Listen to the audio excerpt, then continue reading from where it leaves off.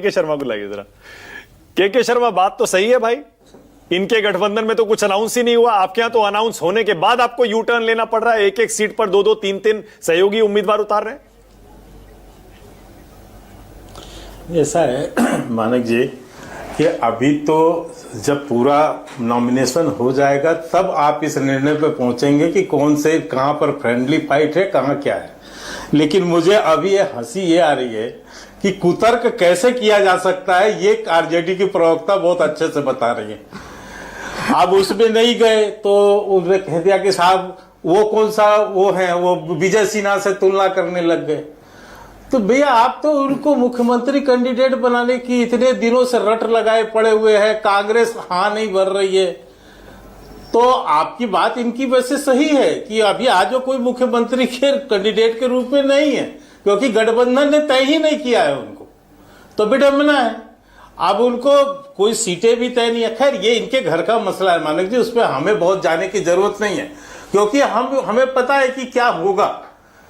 और हम अपना यदि देखें तो मैं इतना दावे से आपसे कह सकता हूं कि जो हमारा गठबंधन का निर्णय हुआ है और जो चीजें हमारी आपस में तय हैं उसी के अनुरूप हमारे यहाँ नामांकन भी चालू हो गए हैं, टिकट भी बंट गए हैं, 82 सीटों की घोषणा भाजपा कर चुकी और 57 सीटों की जेडीयू घोषणा कर चुकी। हम पार्टी अपने 6 के 6 सीटें घोषित कर चुकी हैं।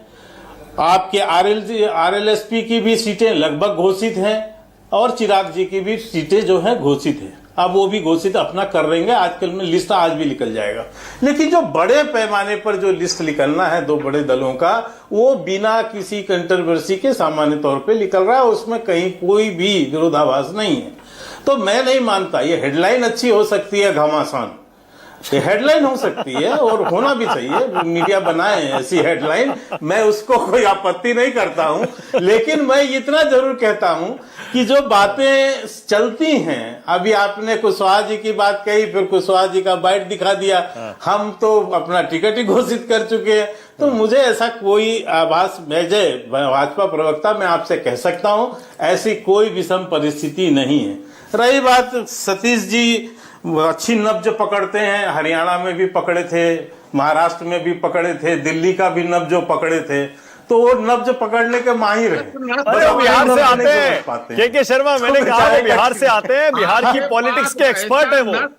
ऐसा दबाया हुआ है आपने, आने से कुछ नहीं होता है, ऐसा तो आप किसी को भी बैठा के यहाँ बना लेते हैं। पॉलिटिकल पंडित उसमें मैं क्या बोलूंगा आप किसी को भी एक्सपर्ट बना ले। लेकिन मैं मानता हूं, मैं सम्मान करता हूं उनकी पत्रकारिता का और उनके अनुभवों का भी सम्मान करता हूं, लेकिन मैं उनको बार बार याद ये दिलाता हूं कि कम से कम आप जो ये बताते हैं ना कि सूत्रों से मेरे पास फोन आ गया है, इतने लोग हार रहे हैं, इतने लोग जीत रहे हैं, ये भविष्यवाणी न किया करें। आप जब जमीनी धरातल समझें तभी बोला करें। हमने आपको खूब हरियाणा में, आपको महाराष्ट्र में, दिल्ली में सुन लिया है। अब मैं इसलिए ये बात कहता हूँ, लेकिन मैं दूसरी बात कह रहा हूँ, उन्होंने एक बात कही इसलिए मैं बोल रहा हूँ। सर बीच में नहीं सर, मैंने पत्रकार बोलिए बोलिए आप तो मीडिया के है ना, आप तो संयम रखना सीख लीजिए, आप भी मीडिया छोड़िए। अब मैं इसलिए बोला इस बात को क्योंकि मुझे क्या होता है कि आप केवल यदि भ्रमित करने के लिए प्रोपोगंडा करते हैं तो वो प्रोपोगंडा जरूर कंडेम्ड होना चाहिए। जैसे प्रोपोगंडा वो अभी ये कर रहे हैं कि एक बात ठीक बोला, Nitish Kumar as a tiger हैं। हाँ। ये बात तेजस्वी को समझाइए। हाँ। बताइए उनको। अच्छा। जो उनको कहते रहते हैं ना कि वो सो गए, तो उनको होश नहीं है, बीमार हो गए, फलाना हो गए। टाइगर है, याद रखें इस बात को। टाइगर तो इतना तो समझ इनको बना लेनी चाहिए। के शर्मा एक सेकंड आप देखिए, अब एक सेकंड आपने सतीश जी के एक्सपीरियंस, उनके पत्रकारिता का रिस्पेक्ट करता हूं, ये सब तो बोल दिया, लेकिन आपने बोल दिया प्रोपेगेंडा, अपनी जो एक प्री कंसीव्ड उनका कुछ है वो बोल रहे हैं। रुकिए ना, रुकिए एक मिनट। अभी सतीश जी ने थोड़ी देर पहले जो बोला, जो विश्लेषण किया, उसी में से आपने अपनी पसंद की बातें उठा ली। सतीश जी ने तो यह भी कहा कि भाई आरजेडी के तेजस्वी यादव के नॉमिनेशन में कोई नेता नहीं था महागठबंधन का, ये कैसा महागठबंधन है, वो आपने मिस कर दिया। नीतीश कुमार टाइगर है, टाइगर जिंदा है, उन्होंने एनडीए के अंदर एक कॉन्टेक्स्ट में बोला था, आपने उसे आरजेडी का बना दिया। ऐसे एक तरफा करके मत देखिए भाई। मैं कह रहा हूं कि के शर्मा से पूछिए नहीं, कि सर, इन्होंने मेरी बात टाइगर है। को मेमना बनाने की भाई, कोशिश की थी, वो तो अब सिंह के जैसा दहाड़ रहा है हाँ भाई, बिना शांत बोले। रहो। वो आपकी मानसिकता है सर, आपकी मानसिकता है, आपका स्तर है ऐसा सोचने का।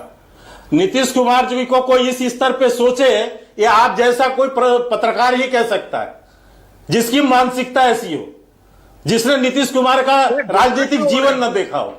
तो आप इसका ज्ञान मत दीजिए। गुस्सा क्यों हो रहे हैं? मैं इसलिए बोला प्रोपोगंडा शब्द। हाँ। मैं प्रोपोगंडा क्यों बोला मैं बताता हूं। मानक जी मुझे अवसर दीजिए। हाँ, जल्दी से, सतीश हाँ। जी को कहिए और थोड़ा शांति बोलिए, रखें। प्रोपोगंडा उन्होंने ये फैलाने की कोशिश की कि चुनाव के बाद कहां कोई पलटी मार देगा, ये हो जाएगा, वो हो जाएगा। अरे बंद करो बाबा। 4 महीने से आप बिहार में यही सब बैठ के मीडिया में बोलते रहते हो।